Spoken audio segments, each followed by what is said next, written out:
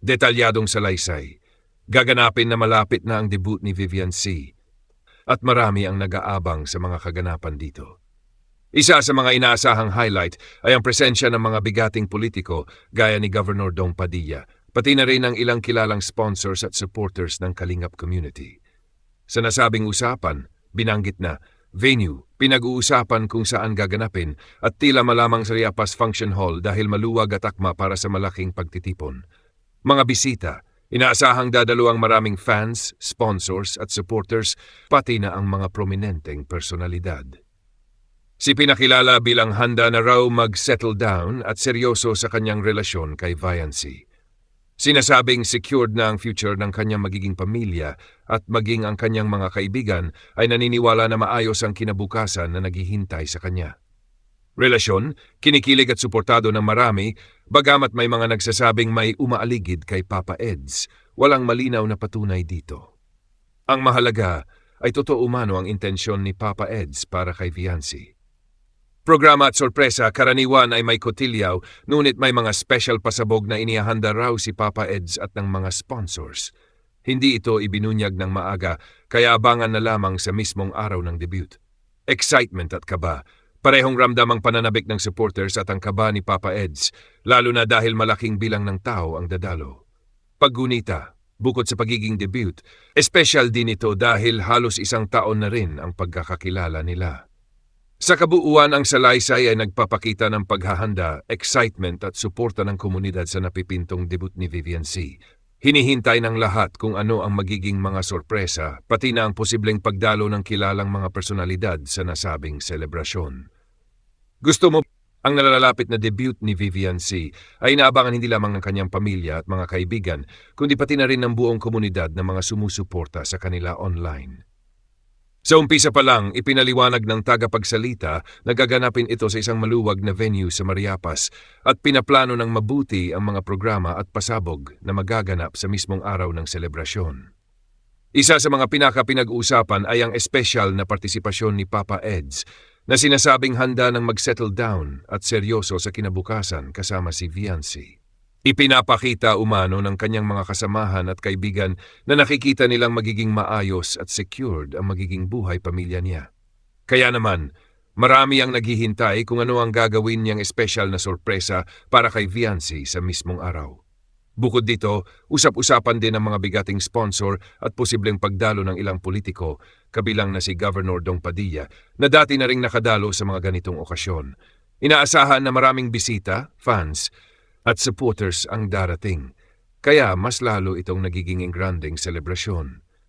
Karaniwang bahagi ng debut tulad ng cotillion ay siguradong kasama, ngunit may mga confidential na pasabog na hindi pa ibinubunyag kahit sa mga malalapit na kaibigan, kaya mas lalong tumataas ang excitement ng lahat. Ayon pa sa salaysay, kinakabahan si Papa Ed sa kanyang mga plano, ngunit malinaw na nakalaan ang araw na ito para kay Viancy. Malapit na ang event, at sa loob ng halos 20 araw, ay matutupad na ang engranding pagdiriwang na inaabangan ng lahat. Sa madaling sabi, ang transcript ay salaysay ng paghahanda, excitement at mga espekulasyon sa debut ni Vivian C.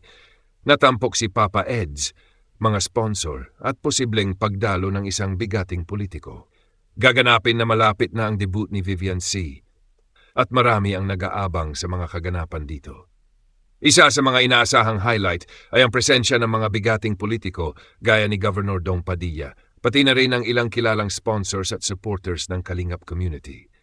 Sa nasabing usapan, binanggit na venue, pinag-uusapan kung saan gaganapin at tila malamang sa Riapas Function Hall dahil maluwag at akma para sa malaking pagtitipon.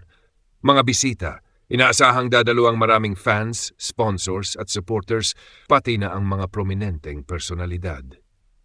Si pinakilala bilang handa na raw mag-settle down at seryoso sa kanyang relasyon kay Viancy. Sinasabing secured na ang future ng kanyang magiging pamilya at maging ang kanyang mga kaibigan ay naniniwala na maayos ang kinabukasan na naghihintay sa kanya. Relasyon, kinikilig at suportado ng marami, bagamat may mga nagsasabing may umaaligid kay Papa Eds, walang malinaw na patunay dito. Ang mahalaga ay totoo umano ang intensyon ni Papa Eds para kay Viancy. Programa at sorpresa karaniwan ay may kotilyaw, ngunit may mga special pasabog na inihahanda raw si Papa Eds at ng mga sponsors. Hindi ito ibinunyag ng maaga, kaya abangan na lamang sa mismong araw ng debut. Excitement at kaba. Parehong ramdam ang pananabik ng supporters at ang kaba ni Papa Eds, lalo na dahil malaking bilang ng tao ang dadalo. Paggunita, bukod sa pagiging debut, espesyal din ito dahil halos isang taon na rin ang pagkakakilala nila. Sa kabuuan, ang salaysay ay nagpapakita ng paghahanda, excitement at suporta ng komunidad sa napipintong debut ni Vivian C. Hinihintay ng lahat kung ano ang magiging mga sorpresa, pati na ang posibleng pagdalo ng kilalang mga personalidad sa nasabing selebrasyon. Ang nalalapit na debut ni Vivian C. ay inaabangan hindi lamang ng kanyang pamilya at mga kaibigan, kundi pati na rin ng buong komunidad ng mga sumusuporta sa kanila online. Sa umpisa pa lang, ipinaliwanag ng tagapagsalita na gaganapin ito sa isang maluwag na venue sa Mariapas at pinaplano ng mabuti ang mga programa at pasabog na magaganap sa mismong araw ng selebrasyon. Isa sa mga pinag-uusapan ay ang espesyal na partisipasyon ni Papa Eds na sinasabing handa ng mag-settle down at seryoso sa kinabukasan kasama si Viancy. Ipinapakita umano ng kanyang mga kasamahan at kaibigan na nakikita nilang magiging maayos at secured ang magiging buhay pamilya niya. Kaya naman, marami ang naghihintay kung ano ang gagawin niyang espesyal na sorpresa para kay Viancy sa mismong araw. Bukod dito, usap-usapan din ang mga bigating sponsor at posibleng pagdalo ng ilang politiko, kabilang na si Governor Dong Padilla, na dati na ring nakadalo sa mga ganitong okasyon. Inaasahan na maraming bisita, fans, at supporters ang darating, kaya mas lalo itong nagiging engranding selebrasyon. Karaniwang bahagi ng debut tulad ng cotillion ay siguradong kasama, ngunit may mga confidential na pasabog na hindi pa ibinubunyag kahit sa mga malalapit na kaibigan, kaya mas lalong tumataas ang excitement ng lahat. Ayon pa sa salaysay, kinakabahan si Papa Ed sa kanyang mga plano, ngunit malinaw na nakalaan ang araw na ito para kay Viancy. Malapit na ang event, at sa loob ng halos 20 araw, ay matutupad na ang engranding pagdiriwang na inaabangan ng lahat. Sa madaling sabi, ang transcript ay salaysay ng paghahanda, excitement at mga espekulasyon sa debut ni Vivian C. Natampok si Papa Eds, mga sponsor at posibleng pagdalo ng isang bigating politiko. Gusto mo ba gaganapin na malapit na ang debut ni Vivian C. at marami ang nag-aabang sa mga kaganapan dito?